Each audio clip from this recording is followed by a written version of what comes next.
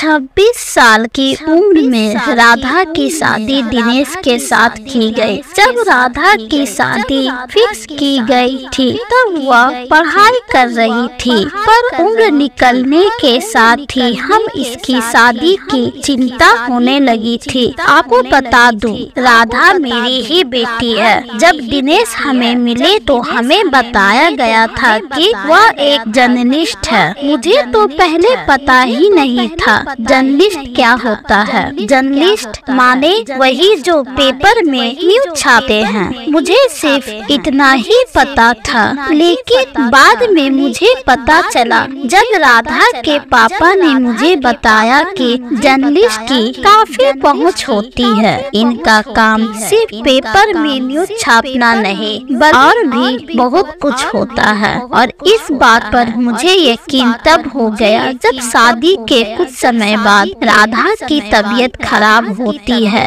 एक फोन पर ही शहर के सबसे अच्छे डॉक्टर मेरी बेटी और दामाद के घर पर थे। हम कहीं घूमने जाते या कहीं दर्शन करने जाते तो हमें कभी लाइन लगना नहीं पड़ता था। हम भीड़ का हिस्सा नहीं रहते थे। हमें हर VIP ट्रीटमेंट मिलता था। मेरा यकीन पुख्ता और तब हो गया जब एक रात मेरे पति को हार्ट अटैक आया। मैंने झट से राधा को फोन लगाया और फोन लगाने के 15 मिनट के भीतर ही मेरे घर के बाहर एम्बुलेंस, एक डॉक्टर और 2 अटेंडेंट खड़े थे, जिन्होंने तुरंत ही मेरे पति को अस्पताल पहुंचाया। लेकिन भगवान को कुछ और मंजूर था। हमने अपने पति को खो दिया। मेरे पति की मृत्यु के बाद मैं अपनी बेटी राधा के साथ रहने चली गई। वहाँ जाने पर मुझे पता चला शहर में कहीं पर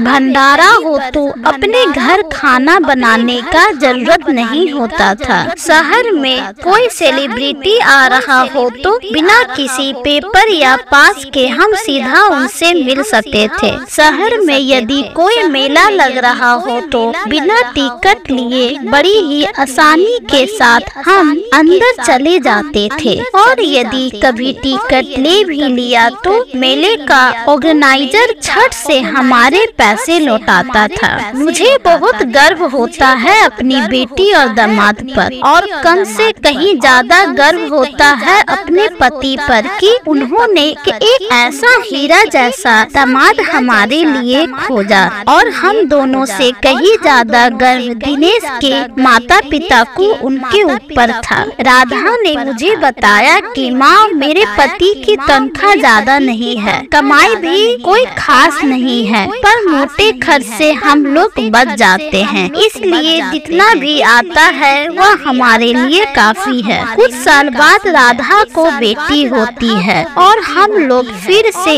एक बार खुशी के माहौल में डूब जाते हैं। कुछ साल बाद राधा की बेटी बड़ी होती है तो उसका नाम स्कूल में लिखा जाता है। उस स्कूल भी कोई छोटा मोटा नहीं था, शहर का सबसे बड़ा स्कूल था। मुझे आज भी याद है कि जब स्कूल में एडमिशन हुआ उसके 2 दिन बाद ही स्कूल के प्रबंधक ने दिनेश को बुलाया और उन्हें बोला, फीस देने की कोई जरूरत नहीं है, आप सिर्फ रजिस्ट्रेशन चार्ज दीजिए। ऐसा इसलिए नहीं कि वो पत्रकार थे, बल्कि पत्रकार होने के साथ साथ शहर में उनका नाम था। कोई भी गरीब यदि वहाँ किसी तरीके से परेशान है तो मेरे दामाद पूरी कोशिश किया करते थे कि उसकी सहायता की जाए, लेकिन नियति को कुछ और मंजूर था। एक रात रिपोर्टिंग करने के दौरान एक तेज रफ्तार गाड़ी ने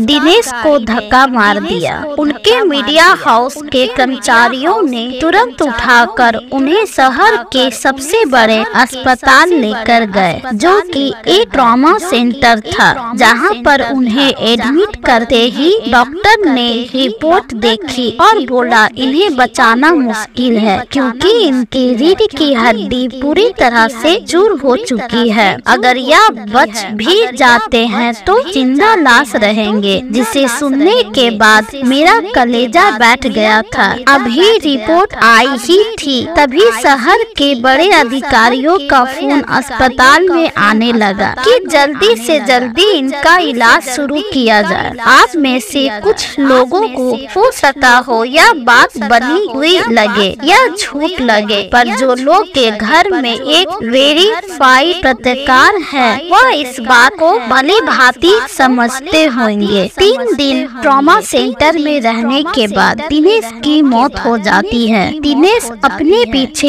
एक जवान पत्नी, एक छोटी बेटी और 2 बूढ़े माँ बाप छोड़कर जाते हैं। दिनेश की मौत पर जिले के सभी बड़े अधिकारी आते हैं, सभी बड़े नेता आते हैं, फोटो खिंचवाते हैं। कुछ नहीं तो यहाँ तक है कि दिनेश की बेटी उनकी बेटी है और उनकी पढ़ाई की आगे की जिम्मेदारी वह खुद उठाएंगे। जिसे सुनने के बाद मुझे ऐसा महसूस होता था कि मानो दिनेश नहीं है पर उनके बनाए हुए व्यवहार आज भी जिंदा है। लेकिन सच्चाई यहाँ पर यह है, आदमी कितना भी अच्छा व्यवहार बना ले, जिस दिन उसकी मृत्यु होती है उसके सारे व्यवहार उसी के साथ चले जाते हैं। दिनेश की मृत्यु के 6 महीने बाद हमारे घर कोई भी नहीं आता। स्थिति यह रहती है कि खाने की भी समस्या होने लगती है। पहले जो लोग दिनेश के एक फोन करने पर राशन की बोरियां पहुंचा करके जाते थे, आज के दिन राधा का फोन ही नहीं उठाते। काफी समय तक राधा और उसके परिवार के लोगों ने फाइनेंशियल दिक्कतों का सामना किया और 2 साल बाद राधा ने अंत में हार मानकर एक प्राइवेट स्कूल में मात्र 15,000 की नौकरी की।